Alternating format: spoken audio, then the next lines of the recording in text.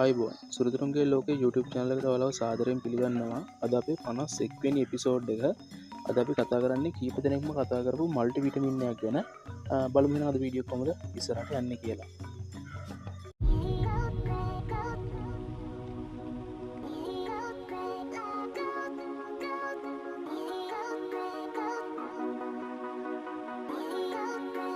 එන්න කොහොමද කියලා මේ විටමින් එක මම පෞද්ගලිකව තාම දීලා නැහැ.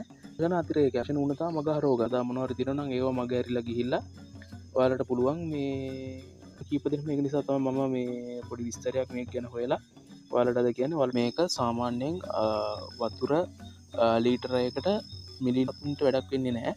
පැයටක් වගේ තියලා ඉවරලා අයින් කරලා දාන්න. ඒක දෙන්න ඕන සංගේ කියන්නේ ඔය අවශ්‍ය කරන පෝෂණ උන දානම් මනන්නේ ඒක ඔක්කොම මග ඇරලා යන්න දවස්. එහෙනම් අද මේ වීඩියෝ එකත් ඔයාලට වටිනවා ඇති කියලා මම හිතනවා. අපේ channel එකේ